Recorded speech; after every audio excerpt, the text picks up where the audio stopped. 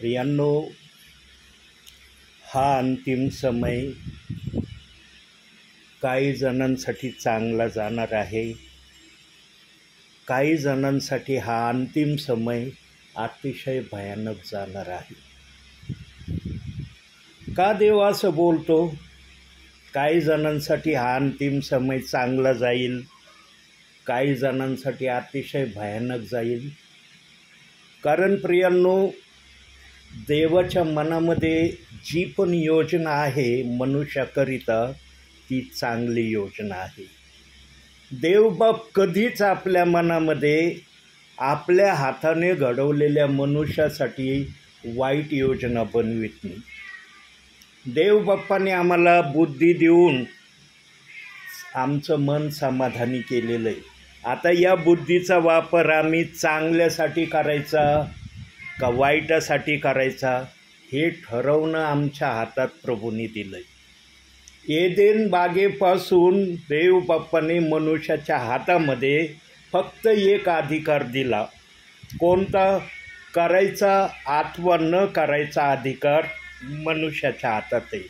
परंतु एदेन बागेपासूनच देवबाप्पाला दिसून आलं की मनुष्याच्या मनामध्ये चांगलं करण्याऐवजी वाईट करण्याची योजना अतिशय वेगाने त्याच्या मनामध्ये येते.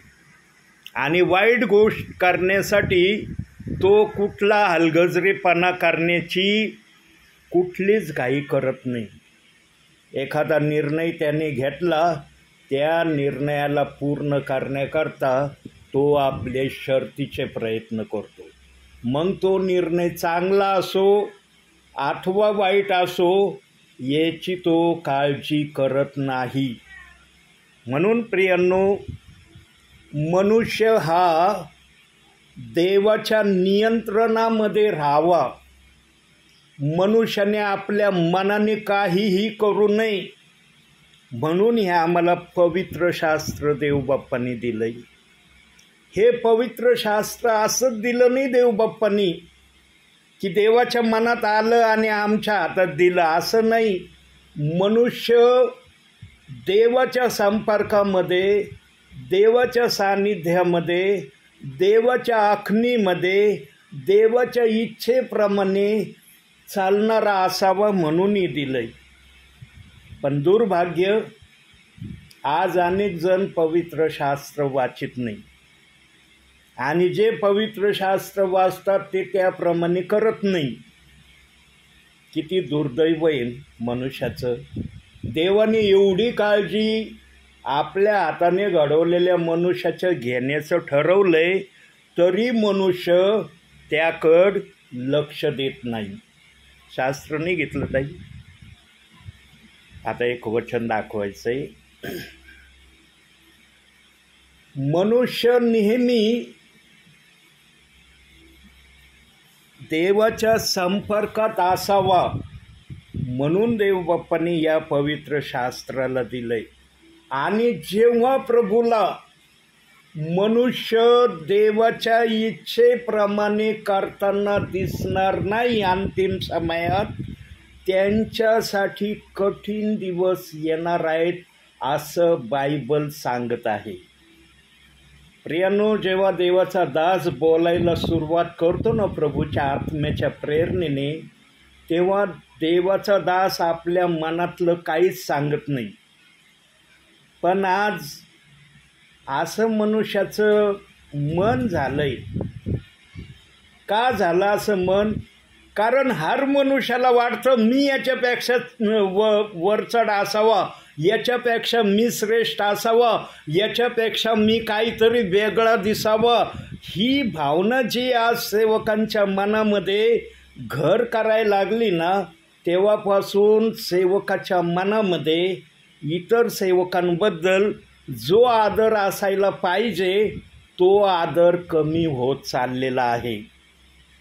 आणि काही जणांना तर वन मॅन शो बनण्याची आज या अंतिम समयामध्ये फार मोठी इच्छा त्यांच्या मनामध्ये निर्माण व्हायला लागली. देवबाप्पाला वन मॅन शो व्यक्ती मुळीच आवडत नाही. वन मॅन शो व्यक्तीला देवबाप कधीच आपल्या सेवेमध्ये सफल करणार नाही. म्हणून बायबलमध्ये प्रभूने सांगितलं की वचन सांगणारे मंडळीमध्ये 2 किंवा 3 असावे. पण आज मंडळी या गोष्टीकडे लक्ष देत नाही. मंडळीला या शब्दाची जाणीव राहिलेली नाही. या शब्दाच्या विरोधामध्ये मंडळी आज फक्त एकच जणाचा संदेश झाला, संपला विषय. प्रियांनो, देवाने जी डिसिप्लिनिंग लावून दिलेली आहे ना, ती डिसिप्लिनिंग मनुष्य देवाच्या आखणीत राहावा म्हणून लावून दिलेली आहे. न तर देव बाप्पाला एकच जणाचा संदेश सांगणं काही पुरेसं नव्हतं का? का 2 किंवा 3 जणांची त्यांनी मागणी केली? कारण देवाचा आत्मा 2 किंवा 3 जणांच्या मुखातून वेगवेगळ्या प्रकारे आपल्या मंडळीला बोध आणि इशारा देण्याचं त्याच्या मनामध्ये असतं. परंतु मंडळीमध्ये एकच जण संदेश देतो. मग देवबाप एकच इच्छा त्या एका सेवकाच्या द्वारे पूर्ण करतो. 2 इच्छा मनुष्याच्या मनाला देणारे ज्या असतात प्रभूच्या मनामध्ये, त्या इच्छा आज भंग केल्या जात आहे. देवाला आज तेवढं प्राधान्य दिलं जात नाही जेवढं प्राधान्य देण्याचं बायबलनी सांगितलेलं आहे. प्रियांनो, आम्ही आमच्या जीवनामध्ये नेहमी देव कसा उंच होईल, देवाला कसं आदर, महिमा, सन्मान मिळेल याकडं आम्ही लक्ष दिलं पाहिजे. परंतु आज अशी घटना होताना दिसत नाही. म्हणून ज्या वाक्यांनी पवित्र आत्म्याने सुरुवात केली की अंतिम समय काही जणांसाठी चांगला असणार आहे, काही जणांसाठी वाईट असणार आहे. बघूया आता वाईट समय ज्यांच्यासाठी असणार आहे त्याच्यासाठी बायबलमध्ये काय सांगितले. काढूया प्रगटीकरणाचं पुस्तक 6वा अध्याय 15-16, शेवटचं पुस्तक बायबलचं. प्रगटीकरण 6वा अध्याय शेवटचं एकदम लास्ट पुस्तक, 6वा अध्याय 15-16.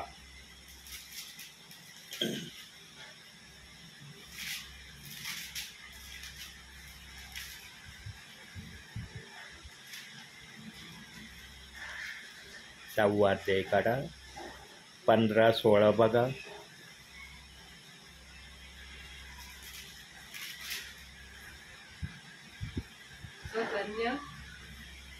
प्रगटीकरण कार्ड आहे ना, पुस्तकाचं नाव काय आहे?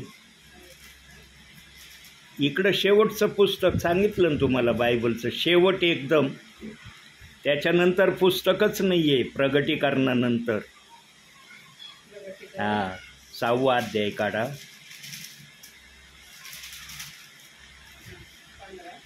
15-16.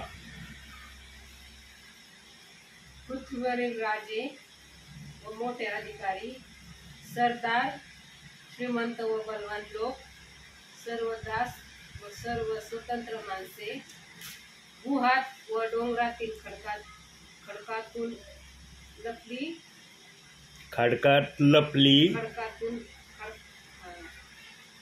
आणि ते डोंगरांना व खडकांना म्हणाले, आमच्यावर पडून राजासनावर जो बसलेला आहे त्याच्या दृष्टीकडून व कोकऱ्याच्या क्रोधापासून आम्हाला लपवा.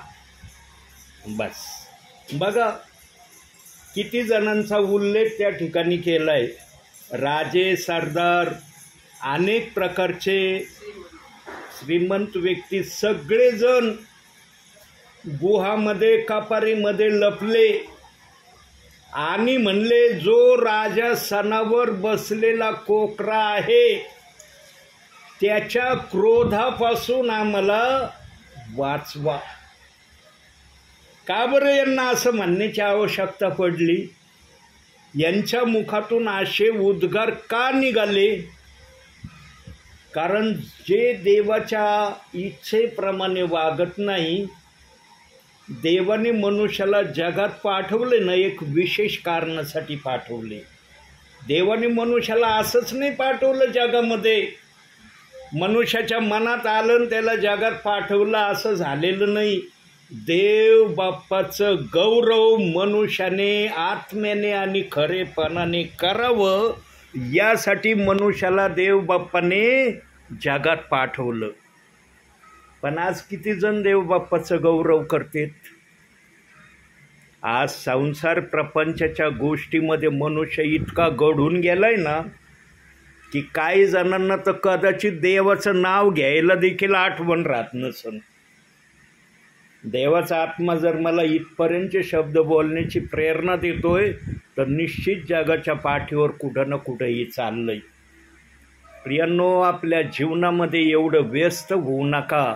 आपल्या जीवनामध्ये आपल्या स्वतःला एवढं जगाच्या अधीन करू नका की तुम्हाला देवाचं नाव घेण्याची आठवण राहणार नाही.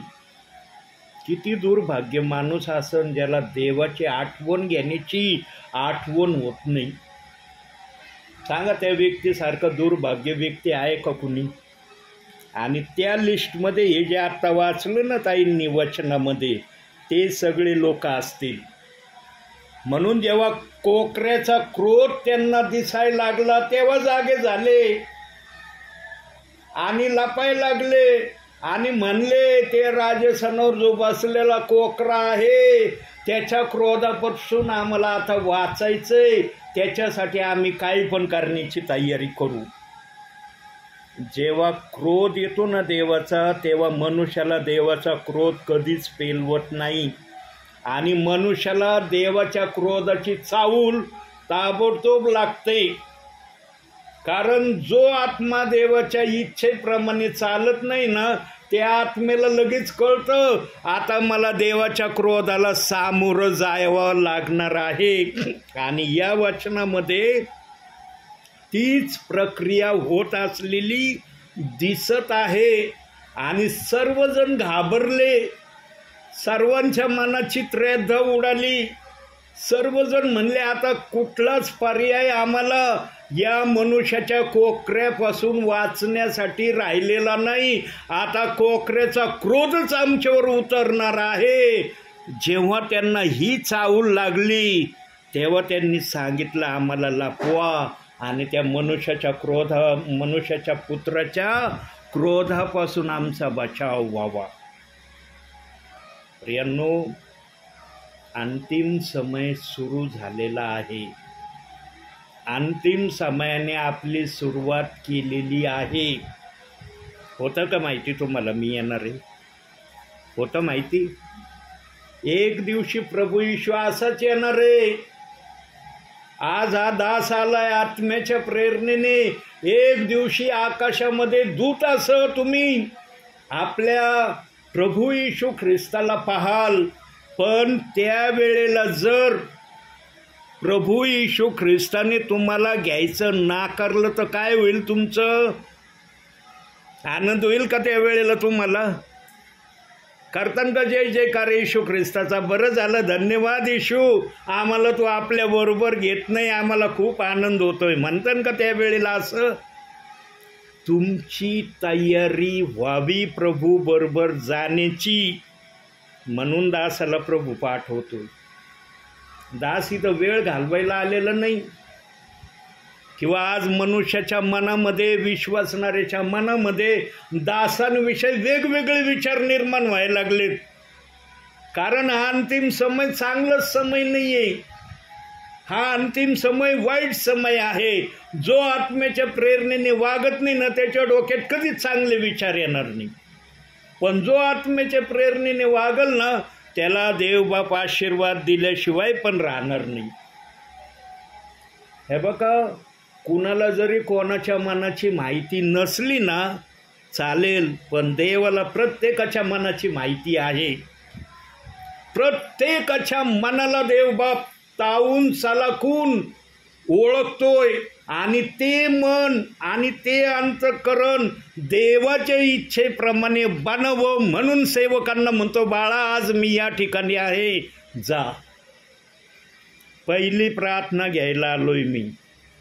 तुम्हाला वाटत असेल मी बऱ्याच ठिकाणी प्रेयर घेऊन मग या ठिकाणी आलो असेल. सकाळपासून देव बाप्पाने मला दाखवलं नाही आणि देवाने दाखवलं नाही, मी घर सोडलं नाही. कारण जगातले लोक कोणाची प्रॉपर्टी आहे? माझी प्रॉपर्टी आहे का? देवाची प्रॉपर्टी आहे ना तुम्ही. देवाच्या प्रॉपर्टीला देव बाप्पाने जर सांगायचं ठरवलं तर सेवक जायला तयार होईल. देवाच्या प्रॉपर्टीला जर देवबाप सांगायला इच्छित नसला मग कशाला मी माझा वेळ खर्च करायला गाडीवर कुठं पण फिरणं का व्हायना. चला मी सेवक आहे या नात्याने निघालो, पण आणि जर एखाद्या ठिकाणी सेवा झाली नाही तर मग माझ्या मनाला कसं वाटन? अरे त्या ठिकाणी गेलो मी, काहीच सेवा झाली नाही, मी कशाला गेलो त्या ठिकाणी? माझा जाण्याचा हेतून उद्देश काय होता त्या ठिकाणी? आत्म्याने असलं ना, आत्मा सगळं कंट्रोलेट करतो. मी येण्याच्या अगोदर देवाने सर्व प्रियजनांचा ताबा घेतला आणि जेव्हा आत्मा उतरतो ना, आत्मा आपल्या इच्छेने सर्व काही करण्यास समर्थ आहे. प्रियांनो, तुम्ही स्वर्गाचे वारिसदार बनावे म्हणून देवबाप अंतिम समयामध्ये आपल्या विश्वासणाऱ्यांच्या गाठी भेटी घेतोय. चोरांना देखील अंतिम समयात आपल्या राज्यात घेण्याचं देवाने ठरवलं आणि एक चोर त्याच्या राज्यात आला, एक चोर त्याच्या राज्यात येऊ शकला नाही. एक का नाही येऊ शकला? कारण त्याने ऐकलं नाही. त्याला वाटलं ह्यो मारायच्या बेतात आहे, मी पण मारायच्या बेतात आहे, म्हणून माझ्याकडं बघतोय. चला तो माझ्याकडं बघतोय, मी त्याच्याकडं बघन. त्या डावीकडच्या चोराने असा विचार केला असन, पण त्याने प्रभूची भावना ओळखली नाही की प्रभू माझ्याकडं कोणत्या अनुषंगाने पाहतोय. पण उजवी काठच्याला ही भावना कळली, पण त्याच्याजवळ वेळ नव्हता, कारण त्याचा जीव नाकात येऊन थांबलेला होता. नाकातून त्याचा जीव केव्हा पण बाहेर निघणार होता. त्याच्याजवळ संधी नव्हती प्रभूला प्रगट करून दाखवण्याची, जशी तुम्हाला आज संधी आहे. का चोरासारखी अवस्था तुमची? म्हणता येतं का तुम्हाला की नाही त्या चोरासारखी आमची पण अवस्था आहे ब्रदर? म्हणता येतं? नाही म्हणता येत तुम्हाला. तुम्हाला पुष्कळ संधी आहे. म्हणून वचनात सांगितलंय, वेळेचा सदुपयोग करा, कारण दिवस वाईट आहे. किती जण आज वेळेचा सदुपयोग करतात? किती जणांना वाटतं आम्हाला वेळेचा सदुपयोग करायचा आहे? आज वेळेचा सदुपयोग करण्याऐवजी वेळेचा दुरुपयोग जास्त चाललेला आहे. देवाच्या इच्छेप्रमाणे न राहता आपल्या मनाने सर्व काही करण्याची मनुष्याची आज तयारी चाललेली आहे. आणि ही तयारी कुठं चाललेली हे प्रभूला माहीत आहे. मनुष्याला जरी माहीत नसलं ना, सेवकाला जरी माहिती नसलं, पण प्रभूला ते माहीत आहे. पण प्रभू का मजबूर आहे या समयामध्ये माहीत आहे? का मजबूर आहे प्रभू? बघा आता प्रभू आपल्या मुखातून सांगत आहे सेवकाच्या द्वारे की मी मजबूर आहे. का मजबूर आहे? मजबूर आहे म्हणून तो आत्म्याने इथं आलाय आणि मला इथं पाठवलंय. बाळा इथंच जायचं, अन्य ठिकाणी जायचं नाही. मला आज याच ठिकाणी भेट घ्यायची. नाही तर माझ्या आहेत अजून प्रार्थनेची ठिकाणं या भागामध्ये, पण नाही गेलो तिकडं. माझ्या देवाने जे दाखवलं तेच मी केलं. प्रभू कशाविषयी मजबूर आहे? वचनातून बघू आपण. शास्त्र बंद नाही करायचं ताई. आत्ता काढ होतं ना प्रगटीकरण. हां काढ, 3रा अध्याय काढा आता. हां 3रा अध्याय काढा. काढलं? 5वं वचन वाचा. जो विजय मिळवतो तो अशा रीतीने शुभ्र वस्त्रे परिधान केलेला होईल. मी जीवनाच्या पुस्तकातून त्याचे नाव खोडणारच नाही आणि माझ्या पित्यासमोर व त्याच्या दूतासमोर मी त्याचे नाव पत्करेन. बस बस. 5वं वचन वाचलं ना? जेवढं वचन सांगन तेवढंच वाचायचं. देवबाप का मजबूर आहे? कारण तुमचे नाव जीवनाच्या पुस्तकात प्रभूने लिहिलेत आणि ज्यांचे नाव जीवनाच्या पुस्तकात प्रभूने लिहिलेले, प्रभूचा स्वभाव माणसाच्या मनुष्यासारखा स्वभाव नाही. मनुष्य कसं एखादी गोष्ट ठरवतो आणि पुढं चालून त्याचं मन बदली होऊन जातं, म्हणतं जाऊ दे मी त्या समय ठरवलं होतं आता मला नाही करायचं. देव असे निर्णय नाही घेत. देवाने एखादा निर्णय घेतला ना, देव बाप तो निर्णय शेवटपर्यंत पूर्ण करण्याची तयारी ठेवतो. आणि तुमची नावं जर जीवनाच्या पुस्तकात देव बाप्पांनी लिहिलेले आहे तर देवाला आजही तुमची गरज आहे. तो मजबूर आहे आज की माझे हे विश्वासणारे कोणत्या गोष्टीने माझ्या इच्छेप्रमाणे चालणारे बनतील. देवाचा आत्म्यात वेळ घालवायला येत नाही. देवाच्या आत्म्याजवळ ना वेळ घालवायसाठी वेळच नाही आहे. म्हणून सेवकही म्हणतो की मी कोणत्याही ठिकाणी वेळ घालवायला कधीच जात नाही, कारण आत्म्याजवळ वेळ घालवायला वेळ नाही तर सेवकाजवळ पण व्यर्थ वेळ देण्यासाठी टाईम नाही. आत्मा येतो ना काहीतरी बोध आणि इशारा देण्यासाठी येतो. प्रियांनो, जेव्हा देवाला दिसतं की काही विश्वासणारे देवाच्या इच्छेप्रमाणे करत नाही, मग देवबाप आपल्या प्रक्रिया करायला सुरुवात करतो. का करतो? कारण त्यांनी देवाच्या सान्निध्यात यावं हा हेतून उद्देश असतो देवबाप्पाचा. देवबाप्पाचा हेतून उद्देश वाईट नसतो प्रियांनो. आम्हाला फक्त देवाची भावना ओळखता आली पाहिजे की देवाचा हेतून उद्देश काय आहे आमच्यासाठी.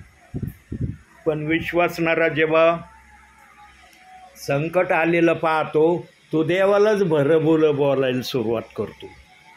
त्याला सहन नाही झालं तो देवाला दोष द्यायला लागतो.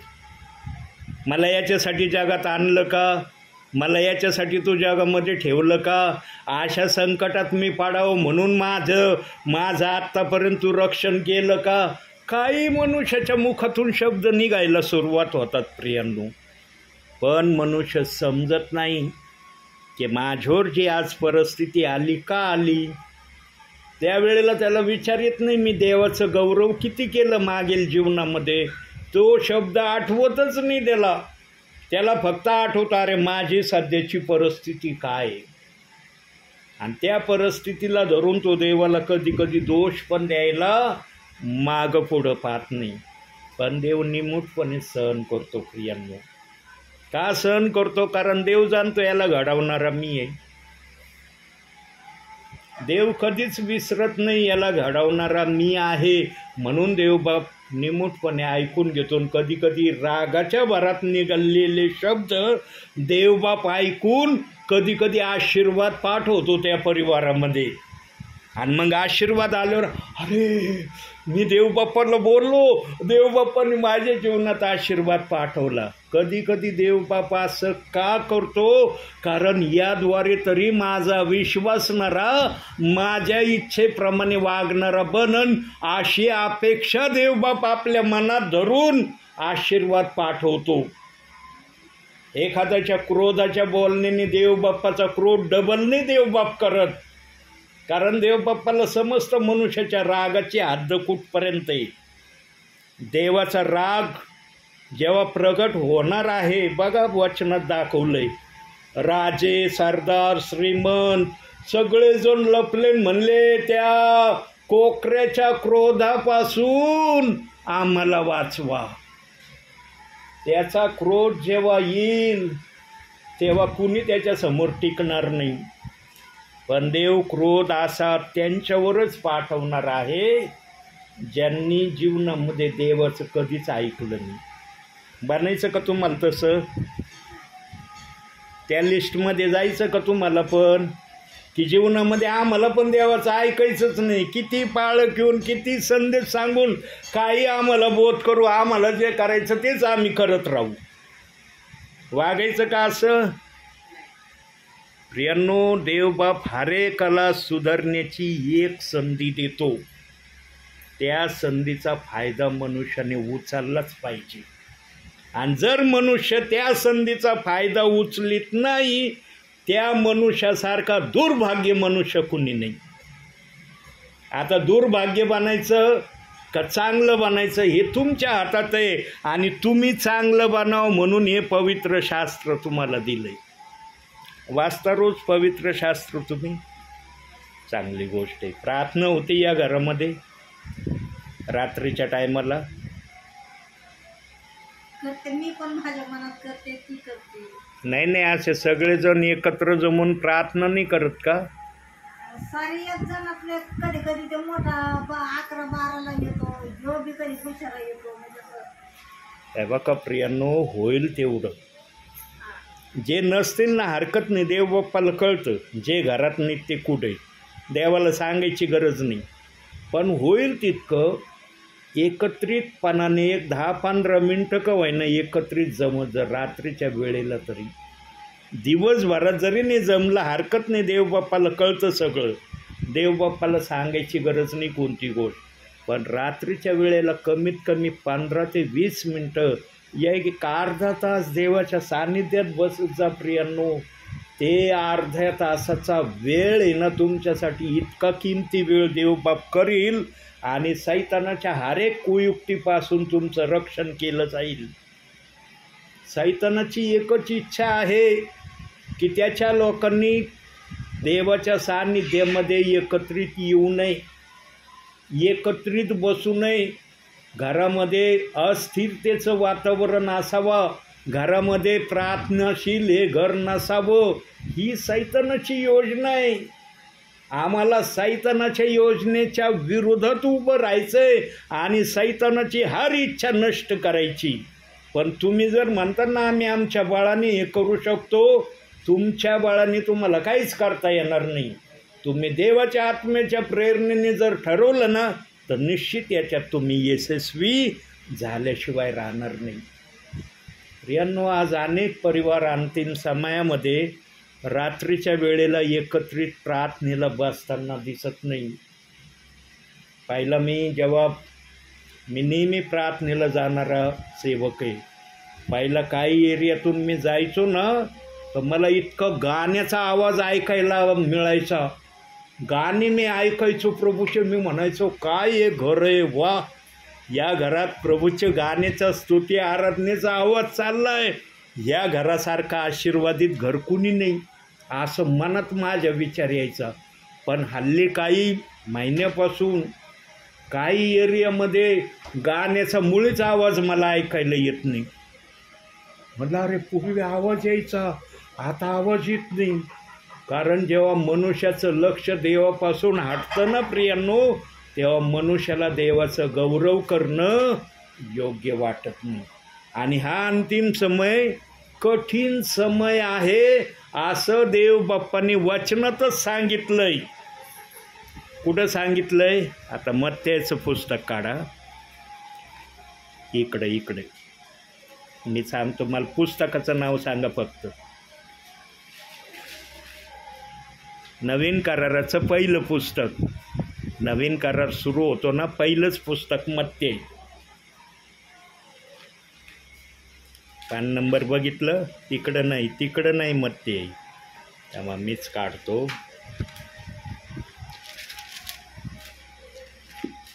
तुम्ही शास्त्र वाचतात आहे, तुम्हाला माहिती पाहिजे मत्ते कुठं आहे. हे बघा 24वा अध्याय आणि 21वे वचन वाचतो आपल्यासाठी.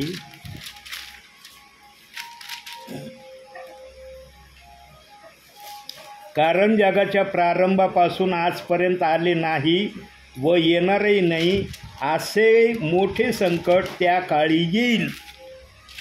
जगाच्या प्रारंभापासून आले नाही आणि येणारही नाही असे मोठे संकट त्या काळी येईल. म्हणजे कोणत्या काळी?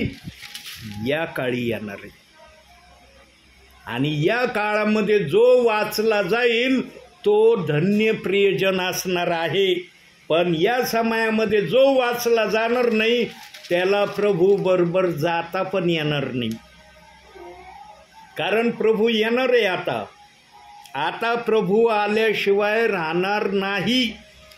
तो कोणत्याही समयाला आपल्या प्रियजनांना घेऊन जाण्यासाठी येईल, पण त्यावेळेला ज्यांची देव बाप्पाने निवड केलेली आहे आणि जे निवडीप्रमाणे वागलेले आहेत त्यांनाच प्रभू आपल्याबरोबर येणार आहे. पण ज्यांची निवड झाली पण ते देवाच्या वचनाप्रमाणे चालले नाही, त्यांना प्रभू इथं 7 वर्षासाठी ठेवणार आहे. का ठेवणार आहे 7 वर्षासाठी?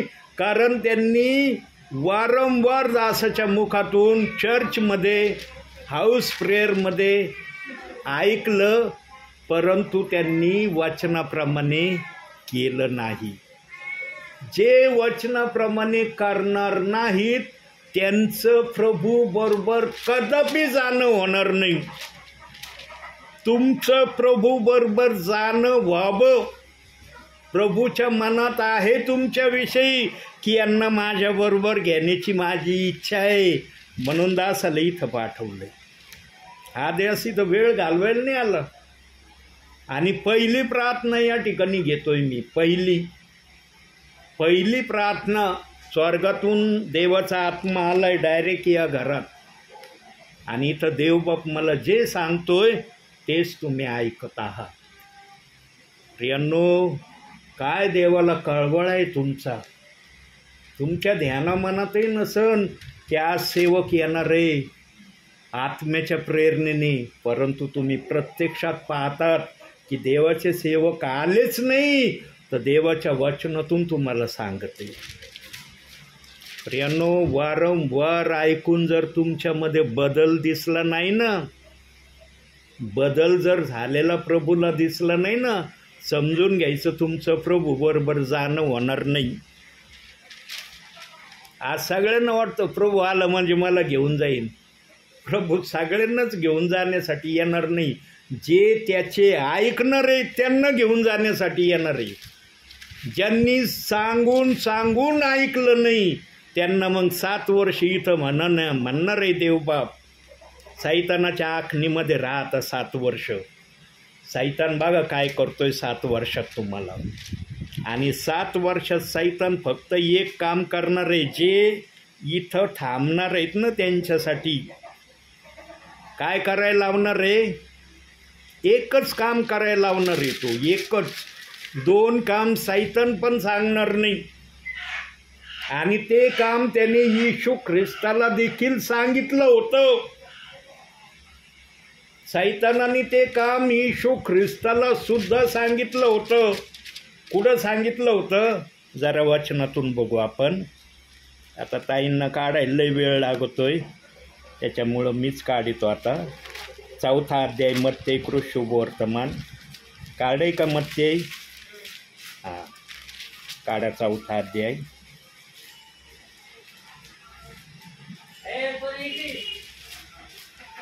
काढला?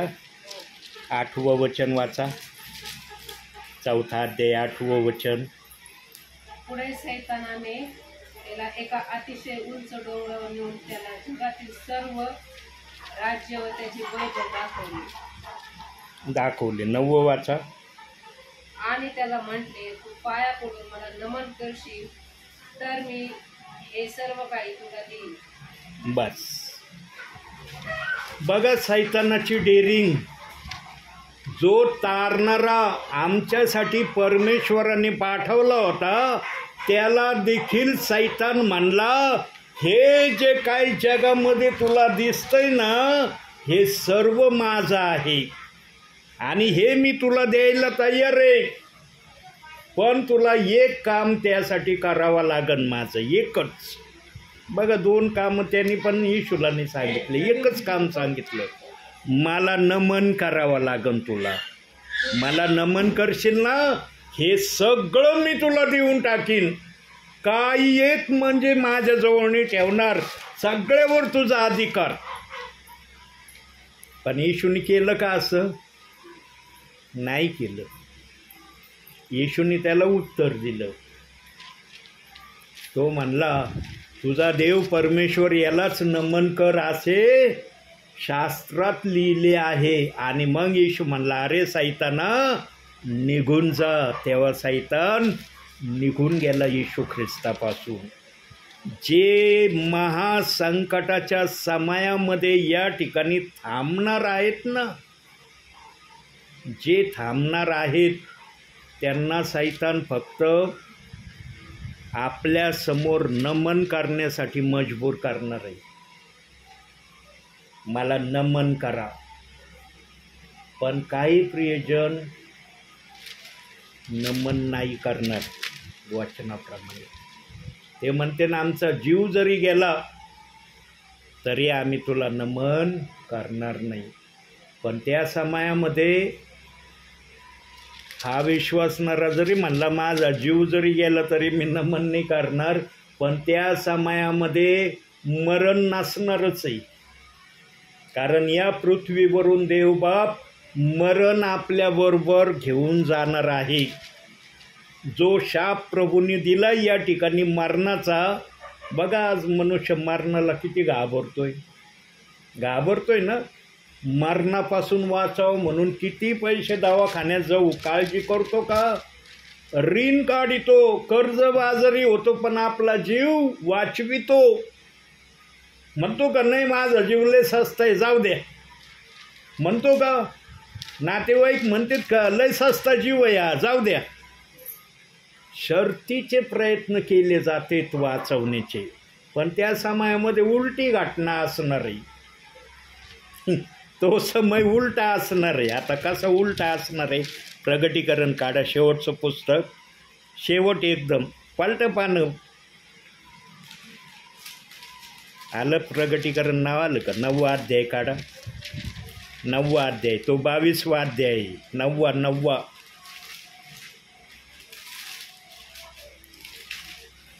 काढला. 16वं वचन वाचा.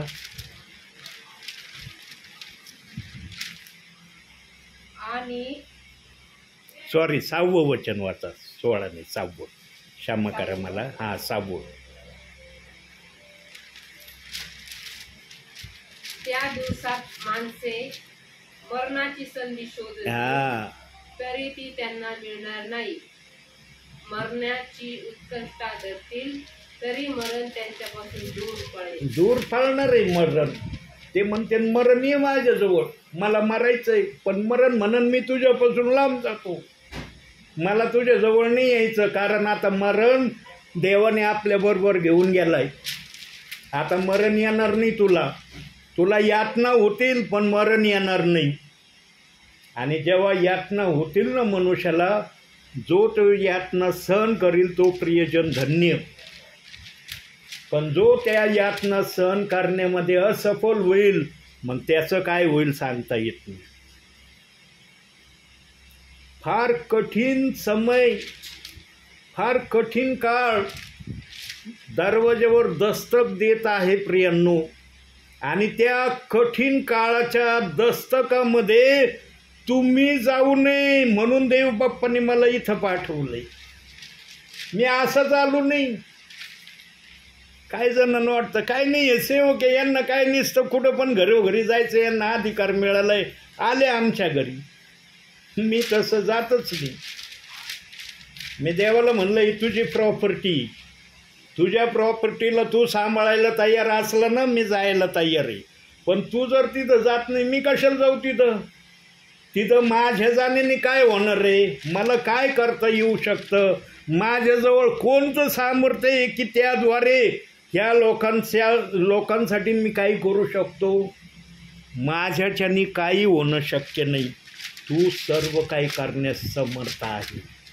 देव ज्या ठिकाणी जातो त्या ठिकाणी मी गेल्याशिवाय राहत नाही. आणि मला माहीत आहे ज्या ठिकाणी माझा देव गेला त्या ठिकाणी देवबाप काही ना काही करणार आहे. कारण देव कोणत्याही ठिकाणी असाच जात नाही. देवबाप वेळ घालवायला जात नाही. देवबाप आशीर्वाद घेऊन त्या प्रियजनांकडे जातो. पण ते प्रियजन आशीर्वाद घेण्यास योग्य दिसले तर आशीर्वाद ठेवतो. ते प्रियजन आशीर्वादास योग्य दिसले नाही तसं त्यांचा बारताव दिसला नाही प्रार्थनेमध्ये. आणलेले आशीर्वाद देव तसेच आपल्याबरोबर घेऊन जातो. प्रियांनो, देवबापाने आशीर्वाद आणले ना तर ते इथं सोडूनच गेलं पाहिजे. देवबाप अशा रीतीने आमच्या मनाची आम्ही तयारी केली पाहिजे. आणि केवळ ही तयारी आशीर्वाद मिळण्यापुरती नव्हे, सदैव आम्ही देवाच्या इच्छेप्रमाणे वागण्यासाठी स्वतःला तयार केलेलं असलं पाहिजे. आणि त्या लिस्टमध्ये कुठंतरी तुम्ही कमी प्रभूला दिसत आहात, म्हणून देवाचा आत्मा इथं उतरून आलाय. त्या चोरांना जर अंतिम समयात देवबाप्पाने वाचवलं ना प्रियांनो, आमच्या देवबाप्पाचं हृदय अतिशय ममतेचं हृदय आहे. आमच्या प्रभूच्या हृदयामध्ये कपट नाही आहे, भेदभाव नाही, संशय नाही. एकदम सुंदर हृदय आमच्या प्रभूचं आहे. आणि त्या सुंदर हृदयाला वाटलं की या प्रियजनांना मी आज माझा बहुमोल आशीर्वाद घेऊन त्यांच्या परिवारात उतरन. पण आता ते आशीर्वाद प्रभूंनी इथं ठेवावेत का आपल्याबरोबर घेऊन जावेत हे तुमच्या हातामध्ये आहे. मी निरोपे आहे, निरोप सांगितलं चाललो.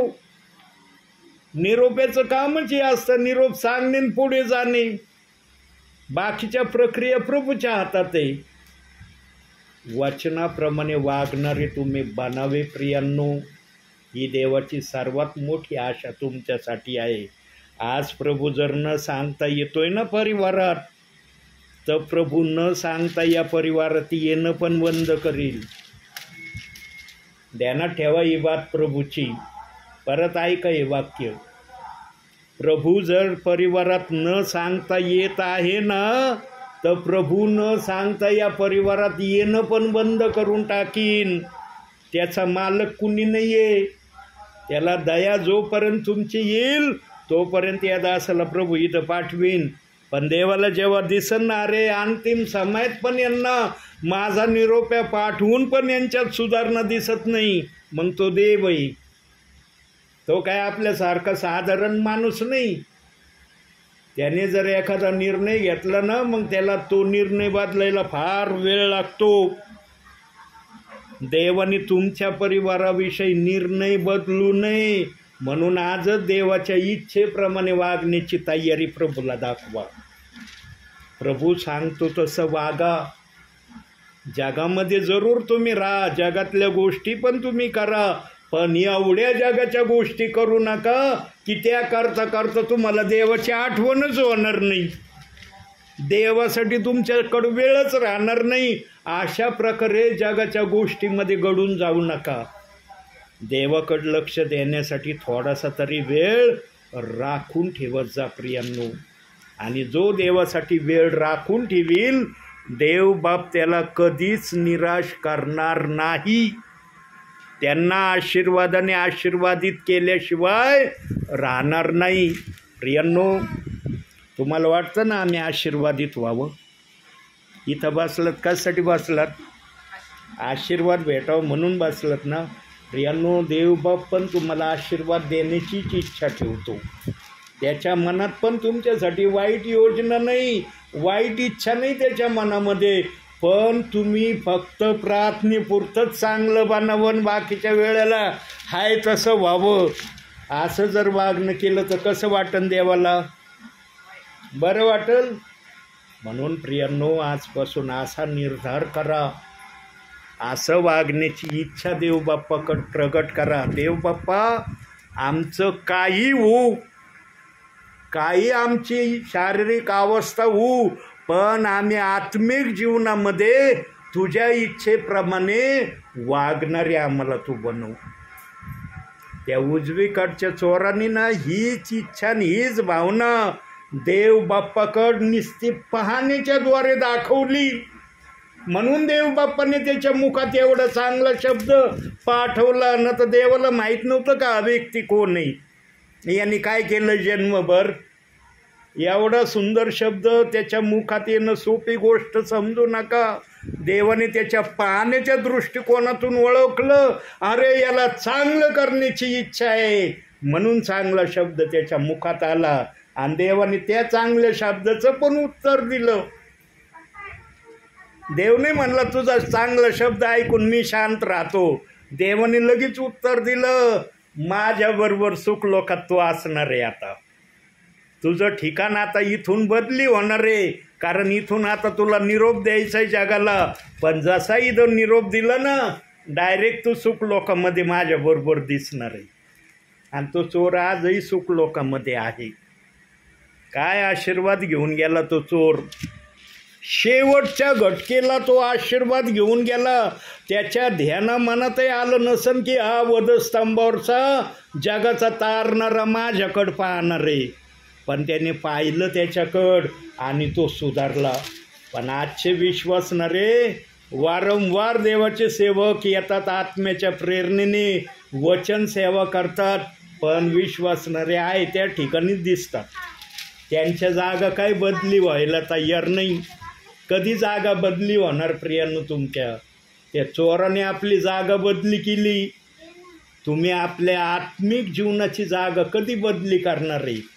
का प्रभू आल्यावर म्हणणार आहे का, प्रभू आता तुला पाहतो, आता मला सगळं काही बदली व्हायचं आहे, शारीरिक पण आणि आत्मिक पण? त्यावेळेला प्रभू ऐकणार नाही. त्यावेळेला प्रभू म्हणन, माझ्या येण्या अगोदर का नाही केलं तू? माझा सेवक पाठवित होतो तरी तू केलं नाही. प्रियांनो, प्रभूला तुमच्या विरोधात बोलण्यासाठी तुम्ही जागा देऊ नका. तुम्हाला पण प्रभू समोर काहीतरी बोलण्याची हिम्मत असू द्या, धाडस असू द्या की मी हे केलंय, प्रभू माझ्या जीवनात मी हे कार्य केलंय, असं बोलण्याची तुम्हाला पण इच्छाशक्ती राहू द्या. न तर काय नाही, प्रभू तुला जसं करायचं तसं कर. मग प्रभूला काय करायचं ते तर प्रभू करणारच आहे. प्रभू केल्याशिवाय राहणार पण नाही. प्रियांनो, चांगलं बनण्याचा प्रयत्न करा.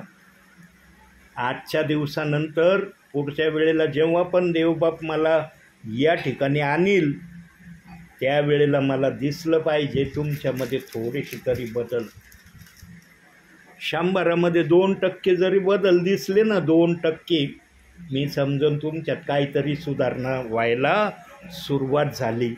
पण 2%ची जर तुमच्यात सुधारणा नाही दिसली तर मग तुम्ही प्रार्थनेला कशाला बसतात हा प्रश्न तुम्ही स्वतःला विचारायचा, की मी देवाच्या सानिध्यात बसते कशाला? बसण्याचं कारण काय आहे?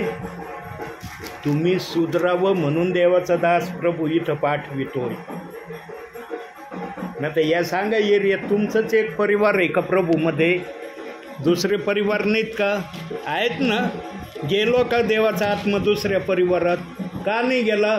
देव बाप्पाला जिथं जाणं आवडलं तिथंच सेवकाला पाठवले. म्हणून प्रियांनो, आजचा दिवस तुमच्या आत्मिक जीवनाचा सुधारण्याचा दिवस आहे, असं गृहीत धरून चालण्याचा प्रयत्न करा.